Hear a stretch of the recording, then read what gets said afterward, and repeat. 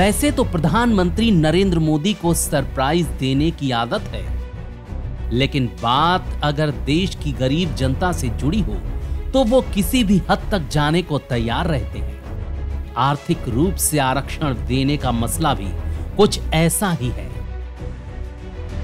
संसद का शीतकालीन सत्र, लोकसभा चुनाव भी सिर पर, विपक्षी दल न जाने कैसे कैसे झूठ बोलकर अपना हित साध रहे हैं।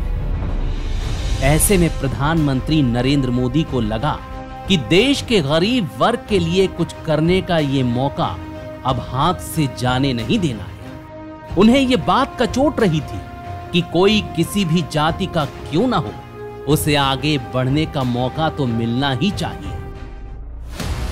संसद का सत्र, पीएम मोदी ने अचानक आर्थिक रूप से पिछड़े वर्गों को भी आरक्षण देने का फैसला लिया।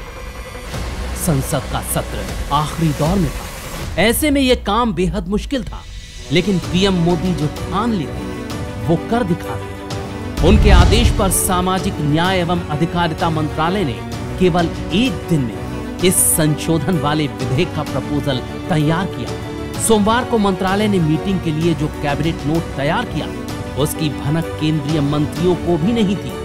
कैबिनेट की मीटिंग में इस विधेयक के बारे में जब मंत्रियों को पता चला तो वो अपनी सरकार की चुस्ती देख खुद हैरान थे। उनमें खुशी की लहर दौड़ गई कि इस फैसले से गरीब युवाओं को उनका हक मिलेगा।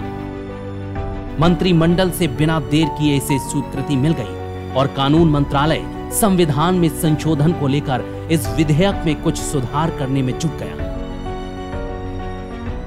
जब विपक्षी खेमे को इसकी भनक लगी तो वो भी हैरान था और परेशान भी।